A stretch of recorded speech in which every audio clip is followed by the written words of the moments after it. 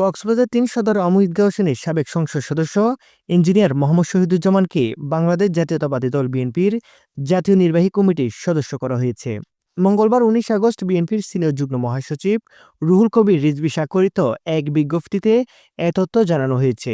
বিজ্ঞপ্তিতে উল্লেখ করা হয়, ইঞ্জিনিয়ার মোহাম্মদ শহীদুজ্জামানকে জাতীয় নির্বাহী কমিটির সদস্য পদে অন্তর্ভুক্ত করা হয়েছে এবং এ আদেশ অবিলম্বে কার্যকর হবে। একই সঙ্গে আশা প্রকাশ করা হয়, তিনি মেধা ও শ্রম দিয়ে দলকে আরও সুসংগঠিত ও শক্তিশালী করবেন। এমন মনোনয়নের খবরে স্থানীয় রাজনীতিতে নানা আলোচনা শুরু হয়েছে।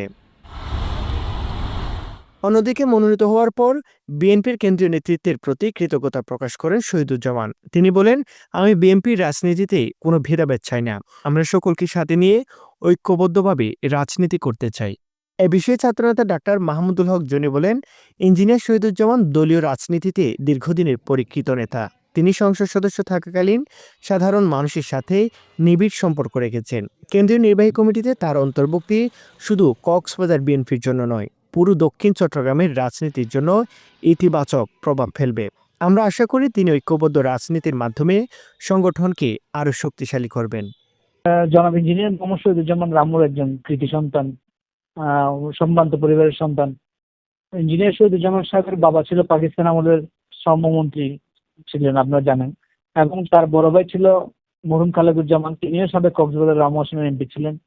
শহীদুজ্জামানও ২০০১ থেকে ২০০৪ পর্যন্ত বাংলাদেশ জাতীয়তাবাদী দল বিএনপির পক্ষে নমিনেশন নিয়ে একজন এমপি ছিলেন, সাবেক সংসদ সদস্য ছিলেন, আপনারা জানেন।